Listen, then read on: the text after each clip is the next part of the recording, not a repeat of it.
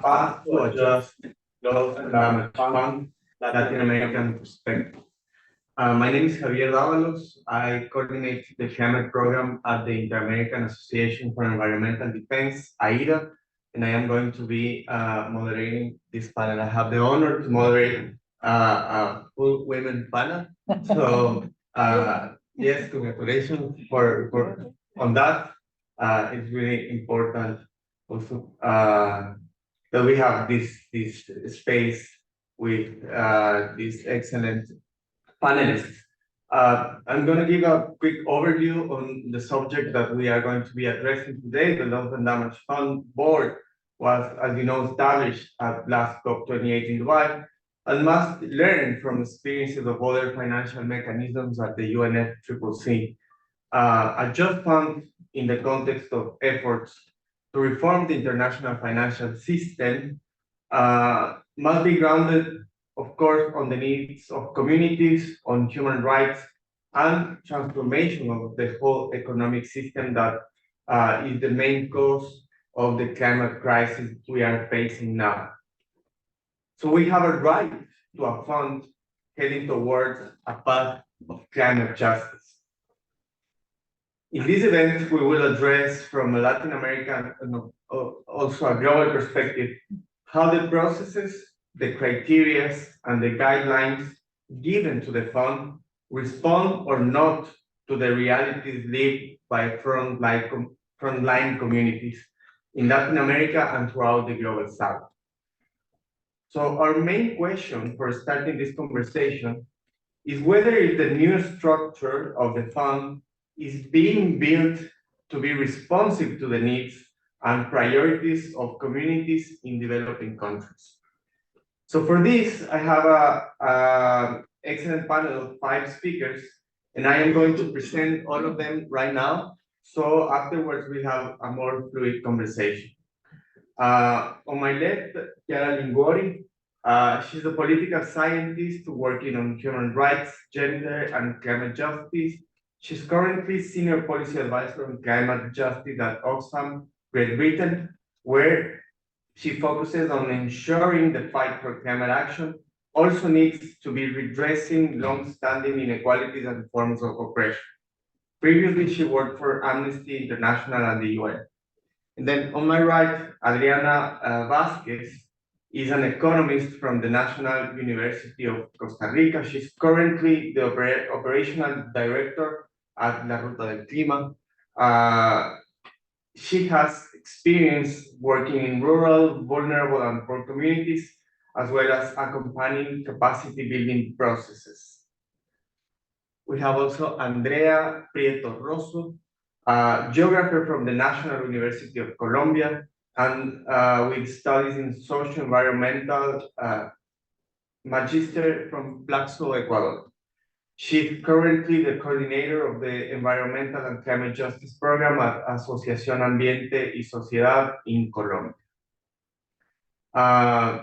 We have then Liane Shalatek. Thank you. I just asked how to pronounce her Latin.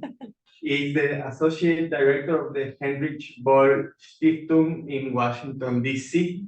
She has experience in global governance issues, specifically in international development and finance and international climate negotiations, as well as the promotion of human rights, gender equality, and women's empowerment. Currently, she focuses on public climate finance flows and equitable access to climate funding, specifically on the Green Climate Fund. Both. And finally, Lynn Van Dam. She's a senior campaign for Ciel, the climate at the Climate and Energy Program. Lynn contributes to Ciel's work on human rights and climate change related to loss and damage. She co-facilitates the Human Rights and Climate Change Working Group, convening civil society organizations, indigenous people, representatives, and other experts advocating for the promotion and respect of human rights in climate action. So welcome all of you. You're going to have from 5 to 7 minutes for your introductory remarks. And hopefully you're going to adjust to the time so we have more time for Q&As, questions and answers from the public. Who I welcome again, and thank you to La Ruta del Clima for inviting me to moderate today. Chiara, the floor is yours. Thank you so much, Javier, and everybody. It's a pleasure to be here. I would like to start today by grounding the discussion in a painful facts that we all know, but good to be reminded, that we live in a deeply unequal world. And the climate crisis is maybe the most terrifying consequence and manifestation of such inequalities. So every day we read headlines about people suffering because of heat waves, droughts, and extreme storms. And on the other hand, we also read about millionaires' ever-growing fortunes and their climate-wrecking behaviors. So in autumn, we published a report last year, which was called A Planet for 99%, which calculated that in 2019, the super rich 1% emitted as much as the poorest 66% of humanity, which is 5 billion people. But there is also a vast inequality on how the impacts of climate change manifest or felt. So because of their accumulated wealth, rich countries and rich people can just insulate themselves from the worst impacts.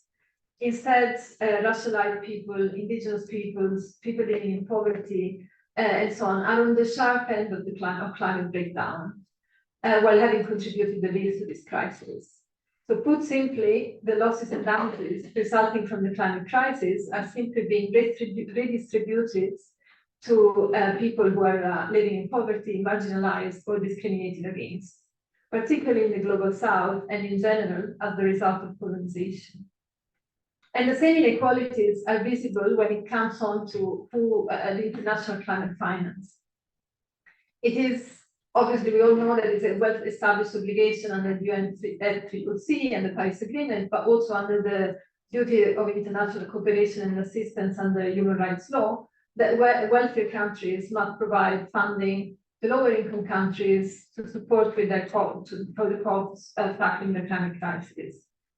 But for years, this responsibility was acknowledged only for climate change mitigation and adaptation, not for loss and damage. But even for mitigation and adaptation, the system of climate finance has aggravated inequalities rather than addressing them. First of all, because the funding provided has been far from enough and far from being forthcoming. So wealthy countries, we know, promised in 2009 to deliver 100 billion between 2020 and 2025 per year, but this target was just a fraction of what is needed and has largely been missed.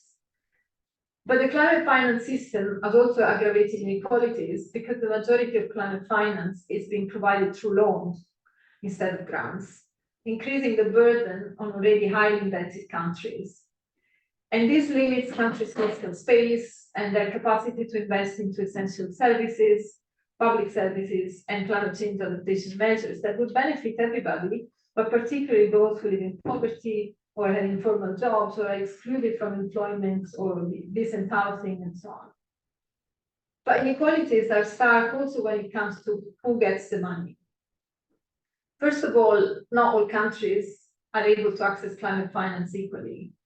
So eligibility for multilateral funding, like the Green Climate Fund, is determined by a complex accreditation systems. And in addition, the climate finance tends to be implemented on a basis of projects. So these application systems, both for accreditations and for projects, means that countries with limited resources, such as small island states or low-income countries, or even countries experiencing conflict and crisis, simply don't have enough resources to apply for this funding, to apply for these processes, and therefore struggle to access the funds that they need. But also, most climate finance is channeled through international organizations, such as Multilateral Development Bank, UN, and so on, and even international NGOs. Only less than 2% of global climate finance is reaching indigenous peoples and local communities in developing countries. So the system is therefore set to perpetrate injustices. Climate finance providers refrain from providing finance to local groups and communities because they consider it risky, they say that they don't have the capacity to manage large amount of funds. But the more they avoid distributing funding directly to the people who need them, the more people remain disempowered, and then the circle of exclusion and discrimination is perpetuated. The adoption of the loss and damage funds at COP27 and then the decision to operationalize it a year later were hailed as major progresses. And indeed, they represent a victory for global South countries, which have been demanding this funding for over 30 years. But if the fund is to provide remedy to the injustices of climate inequality, then the mistakes of the past should not be repeated. The loss and damage fund cannot be a repeat of previous funds and financial models. So first of all, we need loss and damage finance at scale. What was pledged at COP28 is just a teeny helping hands for the fund to start operating. It is not a full recognition of responsibility by developed countries, and is not the full capitalization that is needed. Secondly, we need grants and not loans. Even for mitigation, loans are problematic when for lower income countries that are already on the spiral of debts. But for loss and damage, loans are just an insult. It is like robbing your house and then offering you a loan to repay the goods that I had stolen. And thirdly, it is imperative that the fund is designed from the start to ensure that women, indigenous peoples, local civil society organizations, and communities can actually access the funds they're entitled to. This is why we need a small grants window to be set up at fund level and more money going to debts. And also we need mechanisms to ensure that our international, national, and subnational entities can channel part of the funding through communities. Not doing so would mean, once again, neocolonial responses that won't necessarily respond to local needs. It would mean ignoring local, indigenous knowledge and experience and leadership. It would mean, once again, perpetuating climate injustice and inequalities. So we can't let it happen. And I'm sure my colleagues later will expand on these points. Thank you.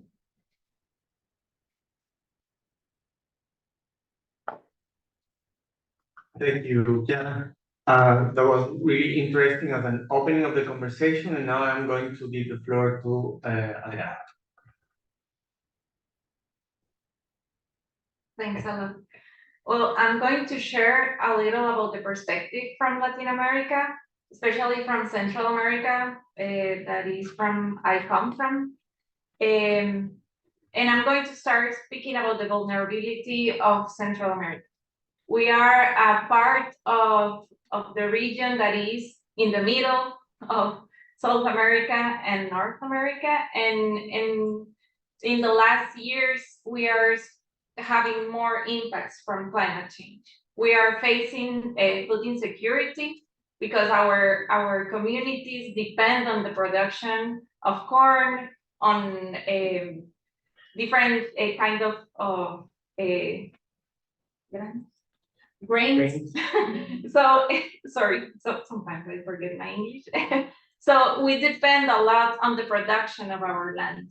And climate change is impacting continuously our communities, and they are facing, because of the drought, because of the changes in the temperature, they are facing a lot of challenges in the production.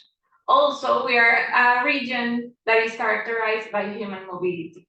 Our community usually has to have the American dream and they move to the US, but right now climate change is pushing them to move away from their communities because the extreme events are changing their possibilities of development. So if you're speaking with a community in Honduras or in Guatemala, when you start speaking with them, they are going to tell you that they have already lost their land, their houses, their security, and their only option for development and for their child is to move to the north. And also we are facing the increasing of inequalities because our communities have poorest communities and marginalized that have fewer resources, and they don't have the resources to reconstruct continuously their land. Because before, when we had a hurricane, maybe it was once a year, But right now we have storms and hurricanes that are continuously hitting our communities, and if it's not a hurricane or a storm, it's the drought. So people is facing the need to reconstruct and to find ways to survive. So for example, in Honduras, in the coast, the increase of the sea level has already took 400 meters of the beach. So there's a community that has completely disappeared and it's under the sea because of the increase of the sea. And when you speak with the people of the community, what they tell you is like, the state is not present and they don't have the resources and no one is helping them. So their only option is to move a little by little or reconstruct in the top of their old houses. Also, we have an impact on the biodiversity. Each time that it changed the temperature and the conditions of the ecosystem, we have a lot of losses in coral reefs, in mangroves, in different species. And those species are important for their culture because, for example, in Costa Rica, in the Caribbean of our country, part of the members of the community, they were telling us that before they used to do a soup with a specific plant from the sea. But right now they cannot do it anymore because of the change in the temperature of the water. They cannot find anymore that plant for their food. So that's how we start losing also our culture. We are not only losing our land and our production, but also our culture. And we have losses on traditions. So the changes in the climate are impacting our region in different ways. And usually the discussion stays only on the economic impacts and how to reconstruct the bridge or the road and what's happening with our culture, what's happening with our people, what's happening with the people that is forced to live to survive. And in Costa Rica, usually we were not a near hurricane zone, but right now we are hit once or twice a year by a hurricane or a big storm that we have to start reconstructing again our infrastructure. And that's an example of Honduras that I was speaking about, that they have like 6 to 7 years, and that is the result of an interview that we made to some of the people in Ruta, and they don't have rain, so they don't know what to produce because their culture and their food practices are based on the production of the land. And that has also impacts on their economy because right now they have to buy to eat, right?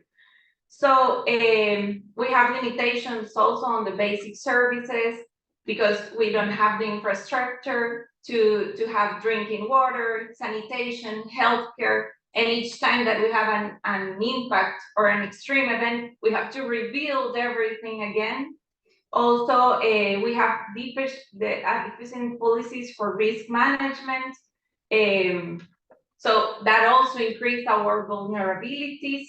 And I was saying before, a dependence on agriculture and fishing that is very important for our sustainability.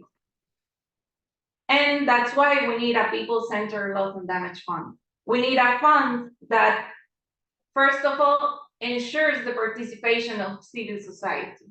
Because right now, if you go to Guatemala, to Costa Rica, and you ask the people about the loss and damage fund, like the people in the ground, they will tell you that they don't know what you're speaking about. So they don't know how to participate. They don't know how to advocate, to have those resources to get to their community. So we need to have a processes where people can get involved and also participate and know that they have the right to demand for those resources. Also, we need access to information so we can follow and also understand how the financial mechanisms work at the UNFCCC. And we need vulnerable group safeguards. We need to create the structures and procedures to better address vulnerable population participation and rights and needs. So we need the people to know how to get involved in the loss and damage fund. And I want to just finish telling that we need climate reparations. And why I'm bringing climate reparations to the table? Well, as we see that the UNFCCC is not responding to the needs of the communities, we brought the topic to the Inter-American Court of Human Rights. And we asked to have an answer about climate change and about the loss and damages that our communities are facing. And the thing is that right now what we are demanding is reparations, because we cannot wait anymore for an answer from the UNFCCC. And we need the states to be accountable and to take an action and to answer to the needs of our communities, and to restore the damages that we are living right now, because it's not something that is going to happen. Right now, it's happening in our communities, and we need a compensation for what has been lost and to restore what has been damaged. Thank you. Thank you, Adriana. Thank you, Adriana. This is not. Sorry. Thank you. Really interesting. Also, after the introduction and how the loss and damage fund requires more equity on access and a different composition to dive deep into Latin America. So we're going to continue this more deep analysis of what's happening in Latin America and the Caribbean with Andrea. Andrea, you have the floor for 5 to 7 minutes. Thank you. And I'm going to mention some elements about the adaptation from climate finance fund to improve the implementation of a new loss and damage fund in Latin America and the Caribbean. And the UNFCCC climate funds have mobilized significant resources, but the distribution, access, and investment results have passed debate and criticism. Key lessons on improving to loss and damage found include the following. Quantity. Climate finance is often criticized in insufficiency. Despite a 30% increase in aid from 89.6 billion in 2021 to 115.9 billion in 2022. The 100 billion amount target for least developing country was not met in 2020 or 2021. Housing tension in international negotiations. Furthermore, developing countries will need an estimate 2.4 trillion per year by 2030 to adapt to climate change. And other point, diversification and distribution. The diversifying funding sources is essential for sustainability. Yet distribution remains uneven. By 2020, only 8% of climate finance receives low-income countries, and Asian receive twice as much as Latin America in the Caribbean. About 76% of international climate finance at the global level has been invested in opportunities. They have more and better knowledge. This puts at this disadvantage the country most in a need of support to fight in the crisis. Origin. 69% of funds are loans rather than grants, complicating financing support bandwidth. Climate finance often relocates money from development budget, affecting critical aid programs.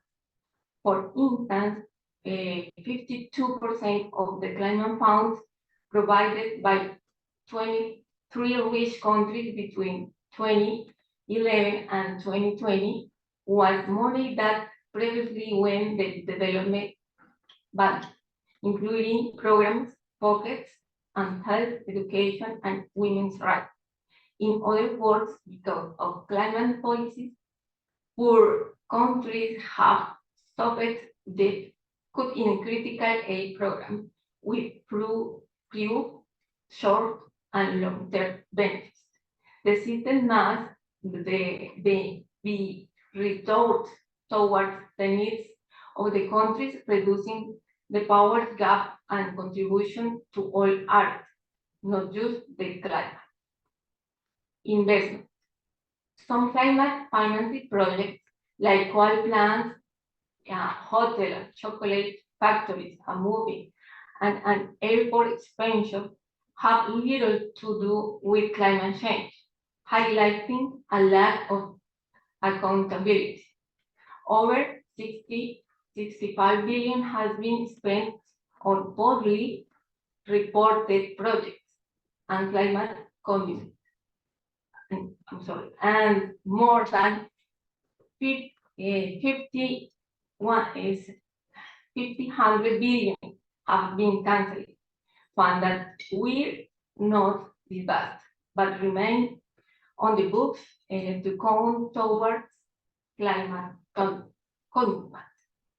Uniform rules and transparency are crucial for effective fund use.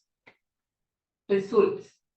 Despite substantial funding, more than 1 billion over the past 15 years, mechanisms like Ruta have not significantly capped deforestation. Some green climate fund projects face criticism for ineffectiveness and the social environmental conflict they create or exacerbate, underscoring the need for continuous evaluation and risk management. Access and participation.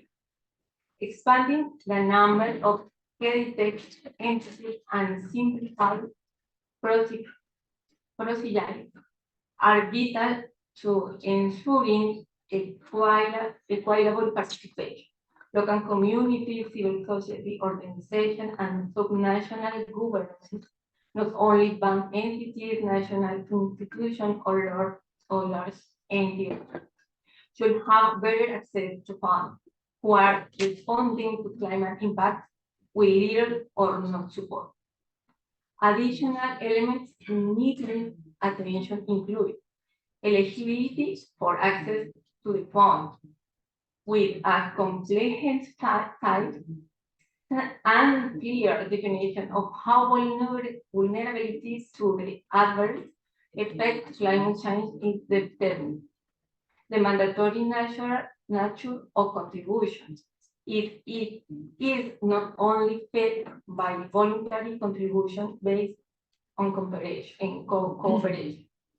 The local and governance of the fund, which should not remain with the World Bank because it is based on loans rather than grants, which is not desirable for the debt-burdened country, and also because the bank is not designed to provide the rapid and direct access needed to deal with climate disaster. And finally, the sources and amount of resources clearly define who, how much, and when public resources are to be provided. Without a stable source of income, there are serious risks about the fund's ability to respond on the increasing losses and damage caused by climate change. Thank you. Thank you. Andrea gave us some lessons from Climate Finance Fund to improve the implementation of the new loss and damage fund in Latin America. And now, as we do this analysis, I am going to pass the floor to Liane for deepen on recommendations for getting the loss and damage fund to include and prioritize civil society participation. Liane, the floor is yours. Yeah, thank you very much. And thanks for that really important reflection. With the new fund comes new hope. And so the discussions about how the loss and damage fund must be different and can be different from existing funds, both in the way it funds and the way it interacts with countries, communities, and civil society, is obviously crucial. It's also the responsibility of a fund to apply a new fund when it comes the new kid on the block, to apply lessons learned, improve over existing funds. So there is opportunity for innovation, solidarity, and transformation, some of which we've already seen hopeful signs, like, for example, the fact that in the governing instrument and then the decision operationalizing the loss and damage fund, what was approved at COP28, we have an explicit focus on small grant support for local communities. It's the first time that in a governing instrument this is explicitly mentioned. So this is really, really hopeful. But we also see challenges. And I just want to point out, obviously, we need to push for the best fund possible, but we also need to be cognizant of what some of the challenges are. Biggest challenge, Chiara has already mentioned, the fact that it's at the moment not capitalized. What we have is an initial funding provided, and that's actually what it's called for the start of the operationalization. It's not a capitalization, and obviously without a sufficient capitalization in public grant-based finance, there cannot be the tasks that we want to see it fulfill. So this is the first challenge. The second one, we also have to be honest, it's not going to be a 100% different fund because it's part of the financial mechanism of the UNFCCC and the Paris Agreement. It remains a party-driven fund. So I think we can push the envelope, we can push further than what we have with existing funds, but it will probably, and I'm sorry, I probably should be more hopeful, but I just want to put it in the context where it is to actually really focus us on where we can make improvement. So again, I think focusing on what we can do to improve for more transparency, accountability, and a better participatory framework that particularly helps with ensuring equal access to the fund, but empower civil society and communities is really important. Our organizations, so Ciel, the ACE Observatory, the Loss and Damage Collaboration, and the Hanif Böll Foundation have done such a participation blueprint. It's also very important to know that we don't really have a lot of time. This year is crucial, as it will see the bulk of the operational policies and procedures set that will determine participation and engagement. And some of those decisions are already going to be happening in board meeting too, and how many of you are actually engaged in the discourse and know what is happening in the board meeting. So this is really important to get informed. This is not just through engaging with the secretariat, at the moment an interim secretariat and a board, but also through country level engagement, crucially important for all the colleagues here, civil society colleagues from Latin America, but also from other regions. Know who your loss and damage fund board members are. Engage with them. A lot of them have actually regional or multi-country representation. You should know who they are. You should ask what they are going to do to ensure civil society participation in policies and procedures. And we need the CSO engagement with expertise and knowledge of the regions.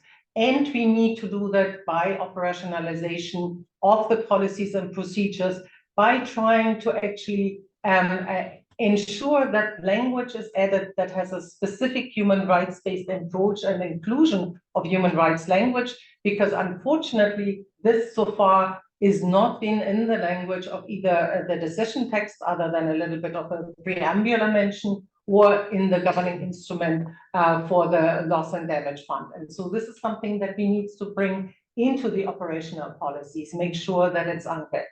And again, meaningful participation is not just procedural, but it's actually going to be the underpinning of the fund's legitimacy, ensuring that it will be able to be equitable, that it's going to be effective, and it's going to be the key for effectiveness, and that it can make some transformational change. And we have the ingredients, we know who the ingredients are. Other speakers like Adriana, Andrea, and Chiara have already go to that. So I want to focus my remaining time, which I know is very short.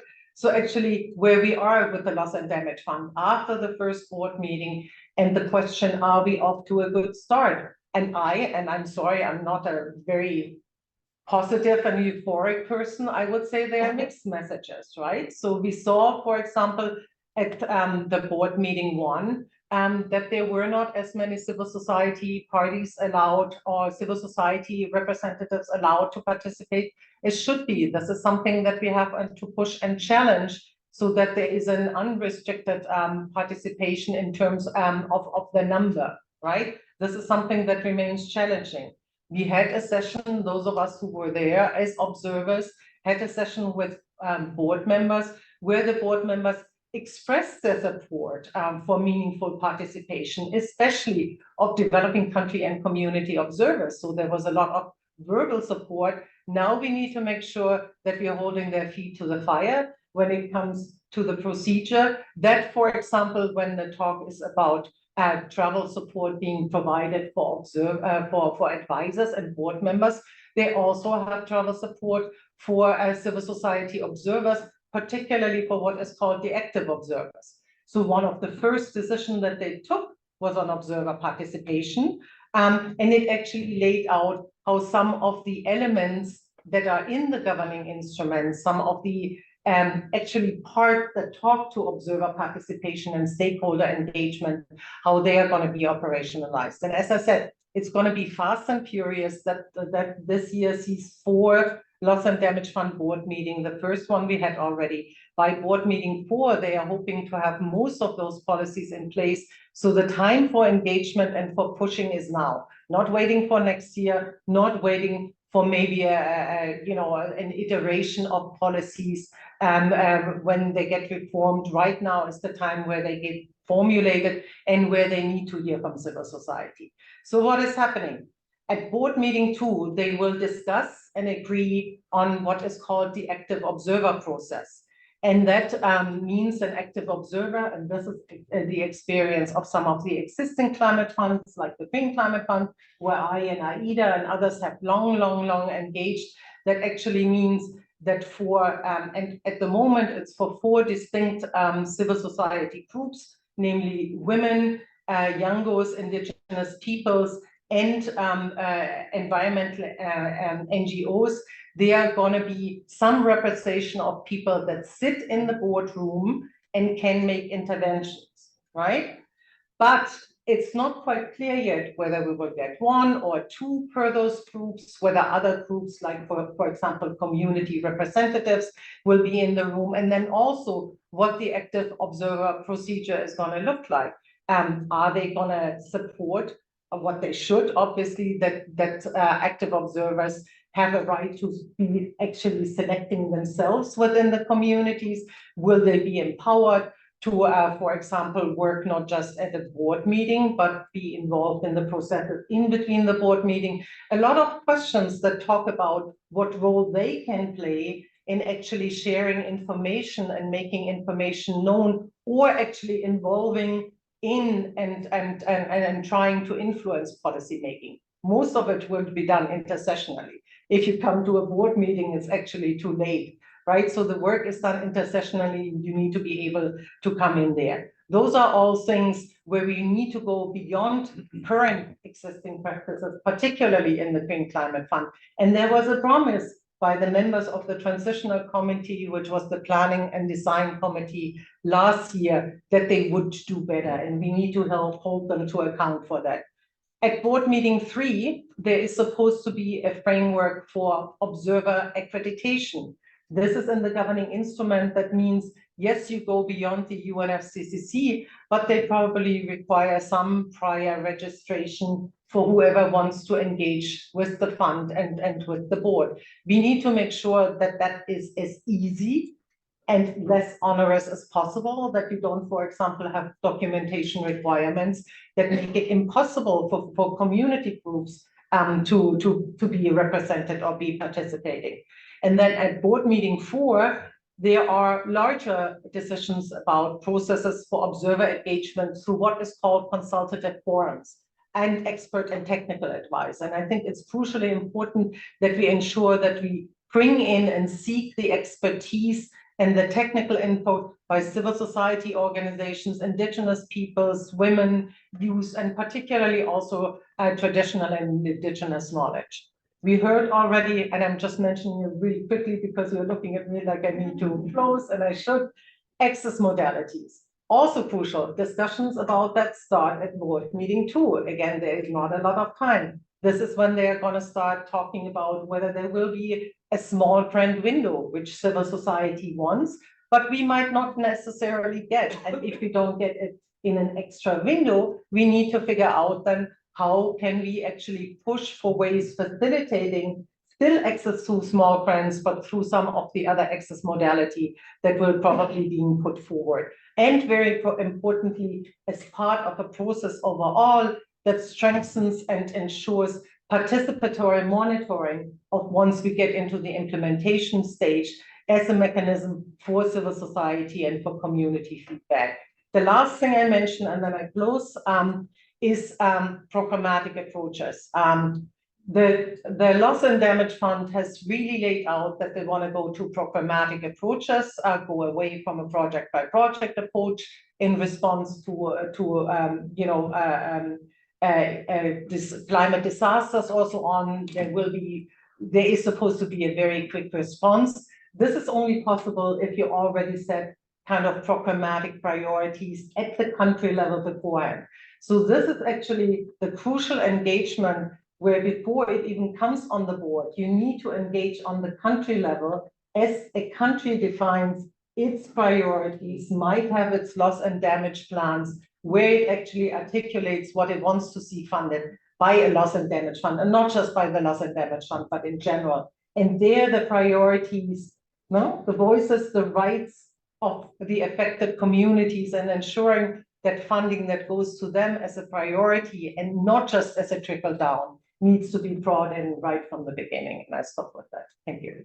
Thank you, Leanne, for this very comprehensive set of recommendations on how to engage in the next steps of the board meetings and the composition of the loss and damage fund. It's really important, all these recommendations you are giving for improve the involvement of civil society and demand better participation. We're going to have our last panelist now lean on litigation as a tool to seek climate justice on the functioning of the loss and damage fund. Lynn, first yours. Thank you, Pierre, and thank you for inviting me to speak at this amazing panel. I think, well, I will speak a little bit, not necessarily on the role of litigation and international courts on influencing the loss and damage fund, but taking a step back from it. After everything we've heard here on the fund, and we are hopeful to a certain extent, but we're also realistic. And we've seen in the past decades that international finance under the UNFCCC in its voluntary form has not been delivering finance at scale. We are seeing in the governing instrument of the Loss and Damage Fund several shortcomings when it comes to human rights.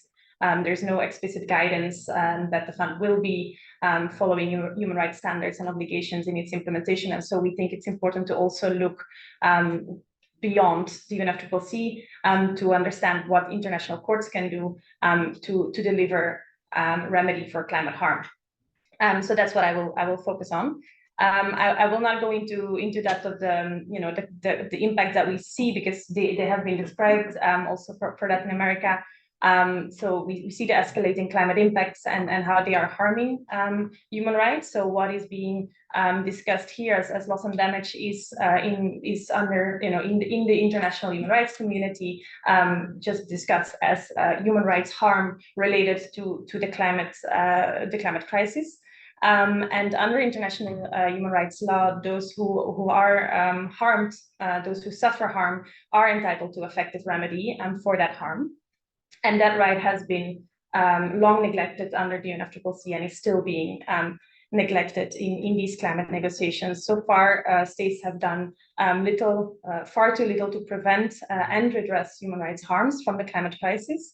And rich nations also have explicitly denied any compensation and liability related to loss and damage under this convention.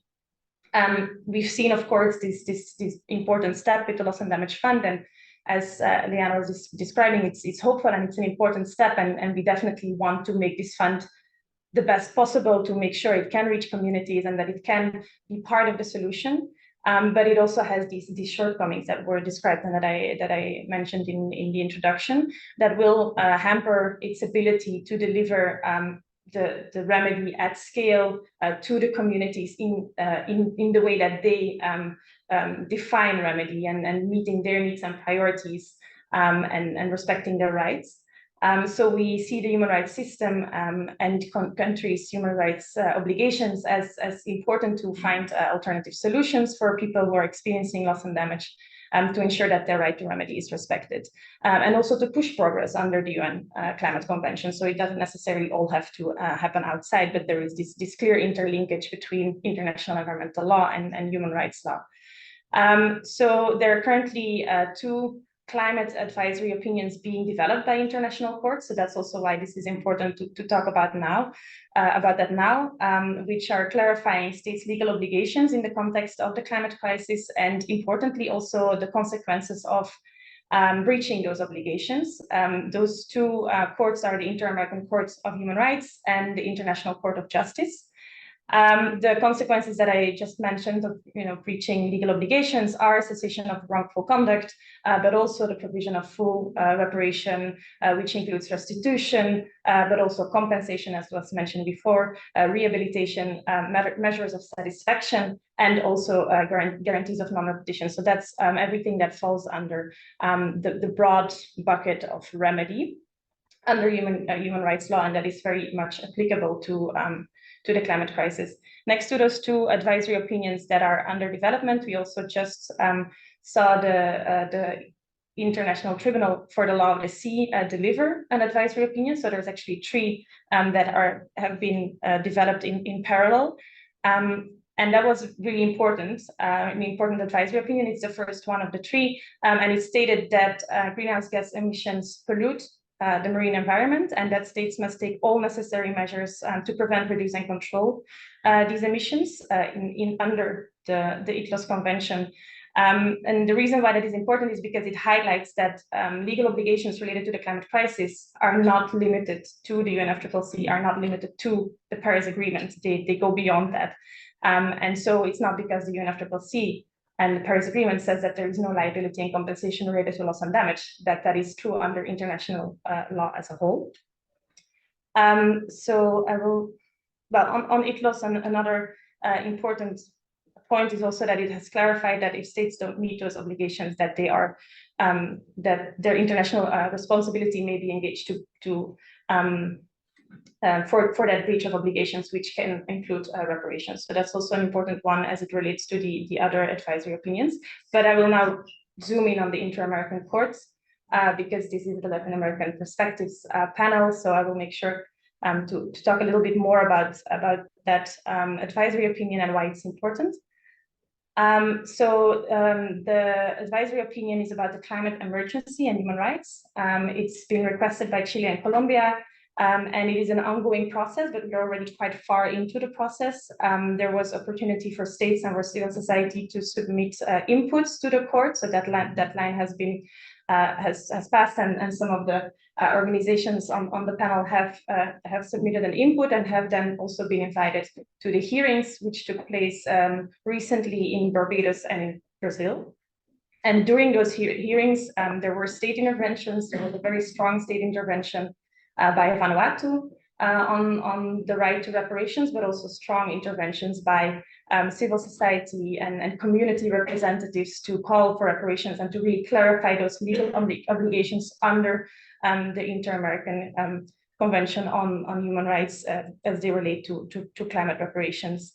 The Inter-American Court is generally quite progressive court, and so it is really important that this court really looks at climate reparations in and of itself, but also because it might influence the other advisory opinion under the International Court of Justice. In 2017, the Inter-American Court issued an advisory opinion already on the environment, which is also really progressive and important and can influence this climate advisory opinion. And it's just generally, it has a rich and very progressive jurisprudence on reparations and remedy. So we really look at the Inter-American Court to recognize the right to remedy, including full reparation for climate harm, and also to recognize that the UNFCCC and the Loss and Damage Fund, as it is designed now and as it is developing now, will not be able to fully respect the right to remedy in the context of climate harm, so that we need to look at additional mechanisms. We need to look at complementary mechanisms to ensure that communities that communities' right to remedy can be respected.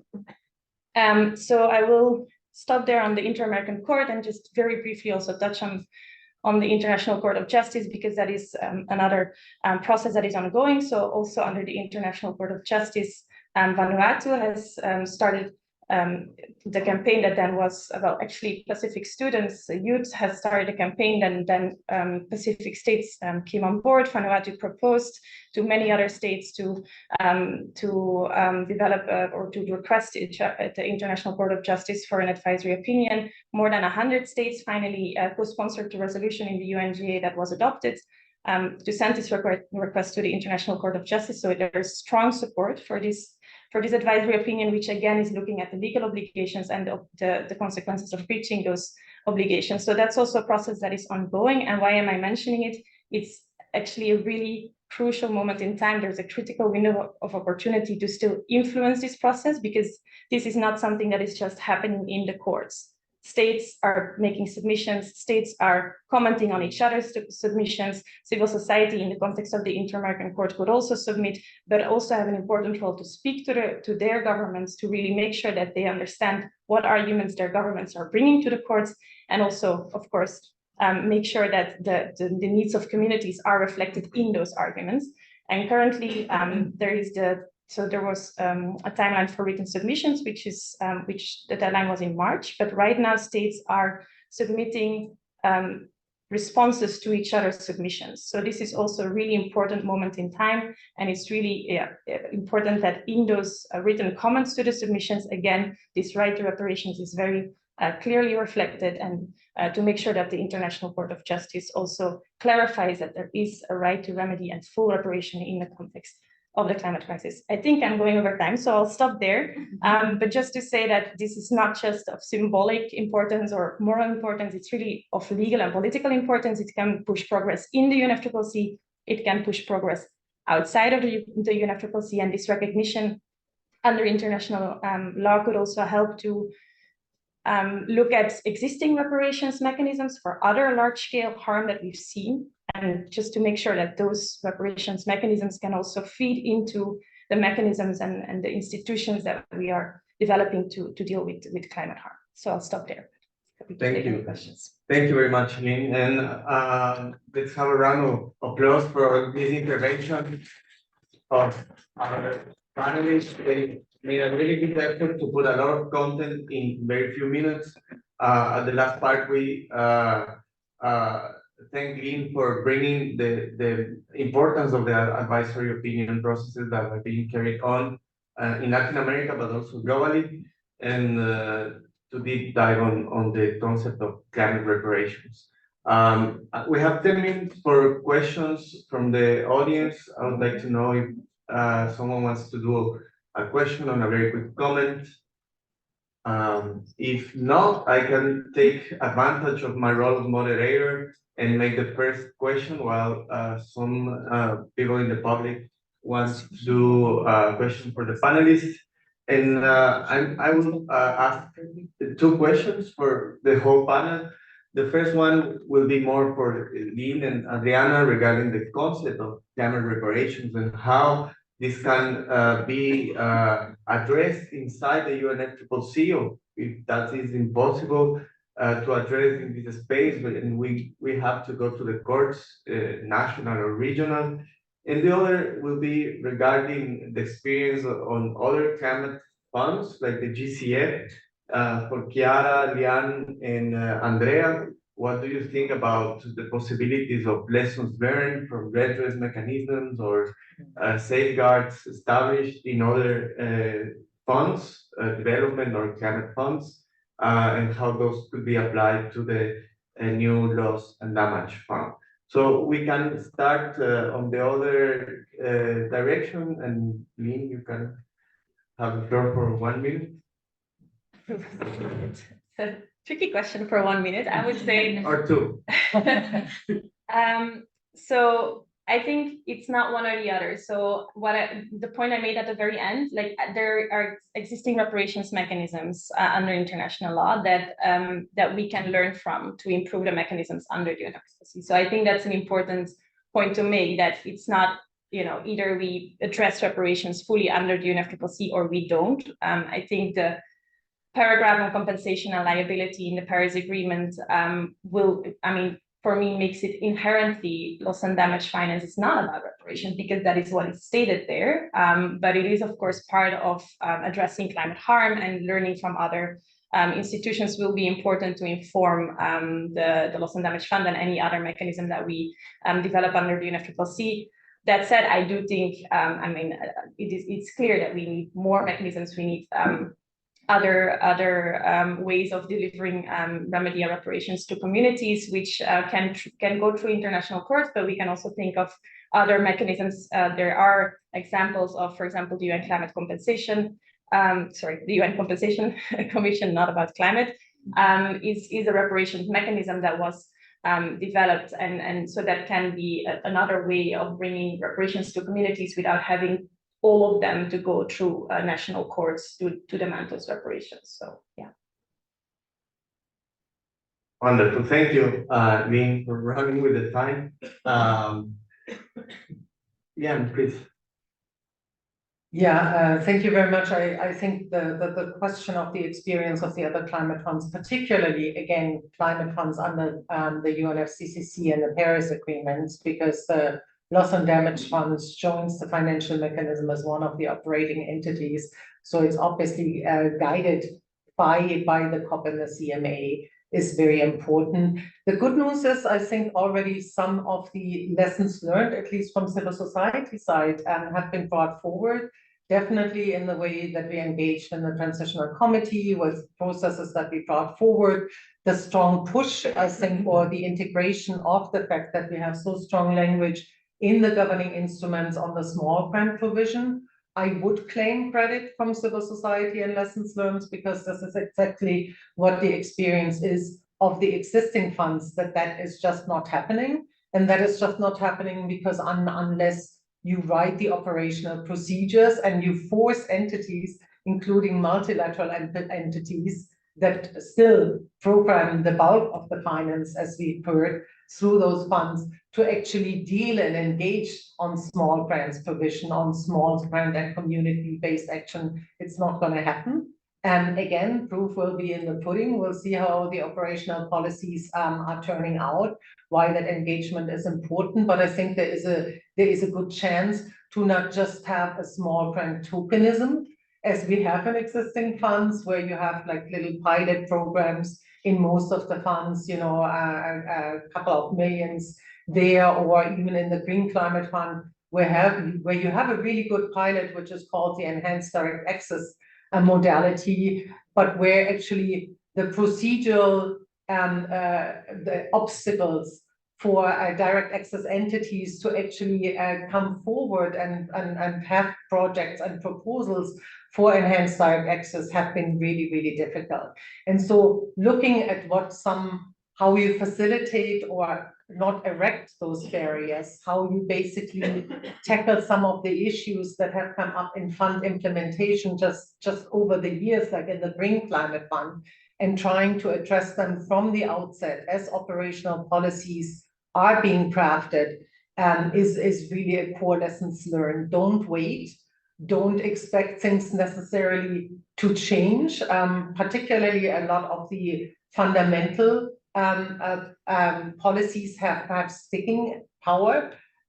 Lean had actually challenged me not to talk about the board rules of procedure, but I want to talk about them anyhow, because they, for example, are really, really, really crucial, and they usually don't get changed once they are set, about what civil society participation is possible, because they talk about, you know, what kind of access you have to board meetings, how information is provided to whom and in what language, right? All of those things, and those are really crucial for civil society participation and ensuring that the fund can be actually serving the people it's supposed to serve. And I think, again, we can apply some of the lessons learned. Andrea, please. Voy a hablar en español, pero me va a ayudar con la traducción. Bueno, hay muchos elementos importantes a tener en cuenta, como pude nombrar algunos, pero creo que uno de los más importantes es tener un sistema de medición y de rendición de cuentas y de evaluación. One of the principal elements is to have a system of monitoring and evaluation to measure the process of the loss and damage fund. Hay muchos proyectos que se catalogan como o se utilizan los recursos de cambio climático, pero no tienen nada que ver. Entonces es necesario definir qué es financiamiento climático y para qué se va a utilizar.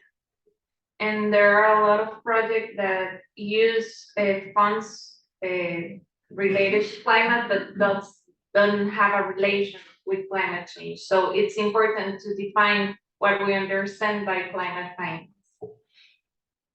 Con esto también se puede evaluar y mejorar el tipo de inversión y el tipo de resultado que van a tener estos proyectos. So that way we can evaluate the kind of investment and the result that is going to have this type of project. Por eso es necesario que haya por lo menos unos mínimos desde la convención que delimiten o que señalen qué se debe tener en cuenta o qué debe reportar, porque en este momento no hay elementos fijos de qué se debe reportar para conocer qué proyectos de cambio climático se están realizando. That's why we need some minimums to determine what has to be reported and what make a project a climate change project. I think it's important, like for the funding and the loss and damage fund to make sense for our communities. I agree with Leanne about the importance of opening the participation, but I think it's important also to understand the context of our communities, because you were speaking about that this year is the year where we have to do all this process, but at the same time, when I think about the context where we come from, and I think about the women that we work with and the communities that we work with, they don't even understand what is UNFCCC. So if I want them to participate, if I want them to understand and to have a strong position, I have to do before a long process of capacity building. So I think sometimes NGOs, we are that voice from the communities. And us as NGOs, we have also limited resources and limited possibilities to participate in those spaces. And if we want to have contact with the members of the board, if we want to be in the meetings of the board, it's hard. Like it's challenging for us as members of the community. So and when we realize, like, the part of Latin America that is present and that has a voice is very, very, very small. So I think that's something that has to be in mind also in the process of negotiation and in the process of constructing how it's going to work the climate, the loss and damage fund.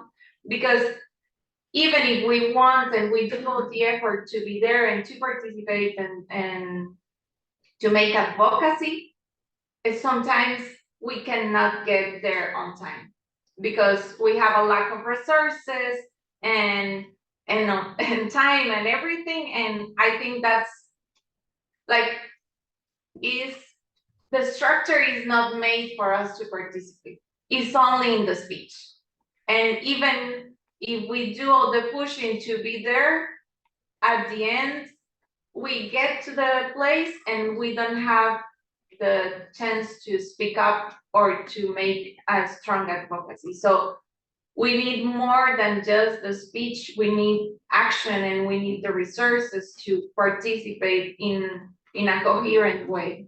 Because at the end, it's only some countries and some organizations that have the possibility to be in the table to negotiate. Thanks, Andrea and Adriana, for your contributions. I'll go with Gabby. Thank you. I just want to add something about lessons learned from on the issue of safeguards. So we know that climate finance projects can also go terribly wrong for communities, can result in human rights violations. And so it is important to have a number of safeguards and policies adopted at the level of the loss and damage funds. So in the governing instruments, unfortunately, they didn't include the sort of a commitment to have independent, sort of new dedicated set of safeguards. They said that basically they're going to use the same as the World Bank, but these are inadequate because the World Bank safeguards do not really include the right to free, prior, and informed consent for indigenous peoples, do not include labor rights and other issues. So yeah, this is another fight that at some point will have to be high on our priorities. Thank you. Yeah, don't worry. So is there anybody from the audience that wants to address to the panel, to the question? Yeah, we have one over there. Well, yeah, thanks. It's not a question, but a comment. En beneficio de la mayoría, creo que voy a hablar en inglés. So, good morning, everyone, especially to the team panelists. I would like to express my gratitude for the opportunity to address such distinguished panelists today. As a representative from Honduras, a nation that has endured almost 2 decades as the top 10 most vulnerable country to climate change, I couldn't just agree more with what the panelists said. I mean, we have many constraints in Honduras that is affecting not just the agricultural production, but also another critical areas, such as energy renewable production, for instance.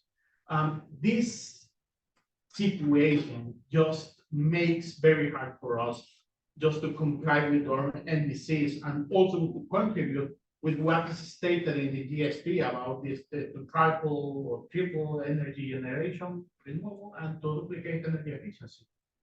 So just to conclude, I would like to echo the sentiment that was expressed by the Cuban delegation during the opening statement or the opening ceremony during the SVs that stated that the developed countries have fallen short regarding their commitments on the climate finance. However, they are really invested in the weapon industry. So we need to make more efforts to finance and to climate finance, to make more money available for resilience, for adaptation, and for loss and damage. That's all. Thank you. Thank you for your comment. We have another intervention there. Yeah, one question. I am from the Mapase community that is in the border of Guatemala, especially Guatemala, and there's many migration people who have to migrate from Honduras, for example, from Guatemala, from also America, and they have to establish some communities in Mexico, in these communities in Mexico, how they these communities doesn't have the big legal recognition from either Mexico or another country, but they are facing this loss and damage responsibility. How they can or how we can involve so they can have this right to reparations when they don't have legal recognition, because it's really big a problem.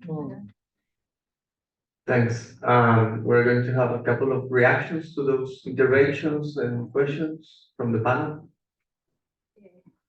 Okay, I'm going to react first to his statement. Actually, and I agree completely with you. We cannot invest on different like clean energy when we have to be investing constantly in reconstructing our communities. And I think that's also challenging when yesterday in the NCQG discussion, they were speaking about that everyone should put money on the pump. And we're like, we are already paying a lot of debt. We are already reconstructing our communities. And now you want us to put money? Like, so it's frustrating. And that brings me to what happened with the community. I think from my experience, from our experience in the Ruta Clima, we have to start by bringing capacity building to work with the community so they can understand how to get involved. They can understand how everything starts working and how they can advocate from their spaces. Because we know it's maybe impossible to bring them here, but they can start advocating in their local governments. And they can start pushing for the politicians to be more present in their communities. So I think that's like the first start, but usually those communities, what they need, because they are in the front line, they need humanitarian support. So you have to start by giving them what they need, because they need to eat and they need to survive. And then you have to start working with them to empower them to participate and to be present in the local government, so that voice can start getting like upper in the system. But I think it's challenging, but yeah, I think it's the work that we can do from our context. Thanks, Adriana. Anyone else wants to address the questions? Yeah, just completely agreeing with the need, which was quite clear. We all said it, right, to capitalize the loss and damage fund, but not just the loss and damage fund, right? I mean, it's a broader question of public provision of climate finance as a matter of climate debt and climate reparations, even if you can not call it climate reparations in the UNFCCC. And with the loss and damage finance, there's an explicit exclusion of liability and compensation, unfortunately, right? So this is why even the operationalization and the approval of the loss and damage fund was phrased in the language of quote unquote solidarity. But then we need to see the solidarity with a lot more financing coming forward. On paper, and obviously the remedy part, as I said, is not going to be delivered through the loss and damage fund. However, and that goes back to the issues that we have discussed before, and the push that I think is still important for us in the loss and damage fund, for example, to have both a strong gender policy and to have an own indigenous peoples policy. Because, for example, the Green Climate Fund has one, which is relatively strong, has anchored on free, prior, and informed consent and on the self-determination of indigenous peoples. So not on depending on the legal recognition of countries for being actually engaged in the fund and trying to formulate and shape policies there. They have an indigenous peoples advisory panel, and something like that, again, that wouldn't address the question of reparation, but I think would be a very, very helpful body to think about in the context of the loss and damage fund as well. Thanks. Lynn, we have 13 seconds. Yeah, 30 seconds. I'll be very, very quick. I think thanks for your question. It's a very important one. And I think, again, they're learning from existing reparations mechanisms will be critical to answer the question of how do you deal with communities that have been displaced, that are in across borders, because reparations mechanisms for war have also dealt with these types of communities, and so there's a lot of lessons that can be learned for that, again, for the fund, but also beyond that. Thanks a lot. We've advised that we need to leave the room, but I want to thank you all for being here. Thanks to the panelists, and invite you all to continue doing advocacy inside and outside the UNFCCC for a just and fair loss and damage fund. Thank you very much.